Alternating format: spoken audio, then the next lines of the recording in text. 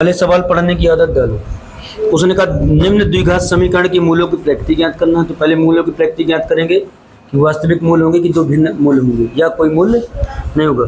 यदि मूलों का अस्तित्व हो, यदि मूल वास्तविक हो या अलग मूल, तो हमें क्या करना है, तो उन्हें ज्ञात भी करना है। यदि भिन्न और वास्तविक नहीं है, कोई मूल ही नहीं है, तो फिर ज्ञात करने की कोई आवश्यकता नहीं है। आई बात समझ? तो हम क्या लिखेंगे, पहला केवल समीकरण लिख लेते हैं, 2x² - 3x + 5 = 0। बस कहानी खत्म है आपकी। बस इतने से ही काम हमारा निपट जाएगा। हमने कहा ये समीकरण बना है द्विघात समीकरण, ठीक।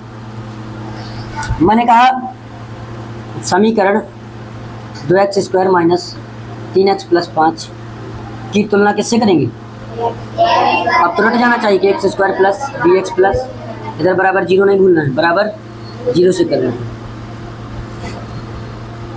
a बराबर और साफ सुथरा लिखना है, और b बराबर -3 साफ सुथरा लिखना है, c बराबर 5 साफ सुथरा लिखना है।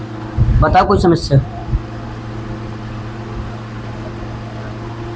अब देखो, मैंने कहा इसका क्या निकालना है, मूलों की पहले प्रकृति निकालनी है कि कैसा मूल होगा, तो उसके लिए विविक्त कर निकालना पड़ेगा।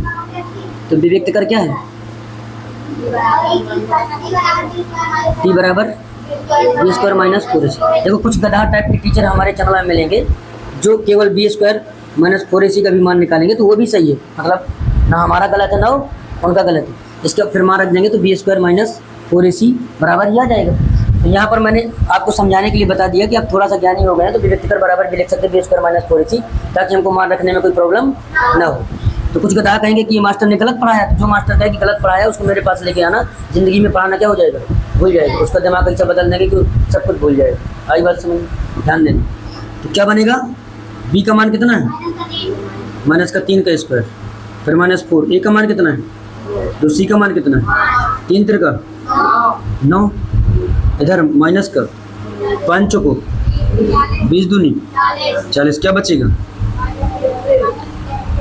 अब जब इसके मूल ही नहीं आ रहे हैं, तो फिर आगे मूल निकालने की आवश्यकता नहीं है। तो हम क्या लिखेंगे, अब लिख देंगे b², वही तो पहुंच गए ना, वही लिख दिया, b² - 4ac बराबर माइनस का क्या है 81। मतलब ये b² - 4ac क्या है, छोटा है किससे, 0 से। तो क्या लिखेंगे, अतः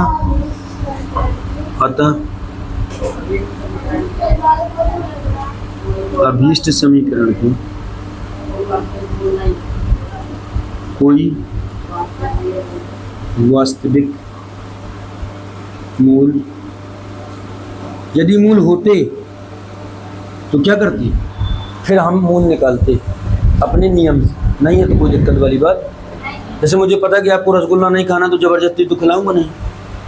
पूरी सब्जी खाना है तो पूरी सब्जी खा के काम चला लो, बना लो।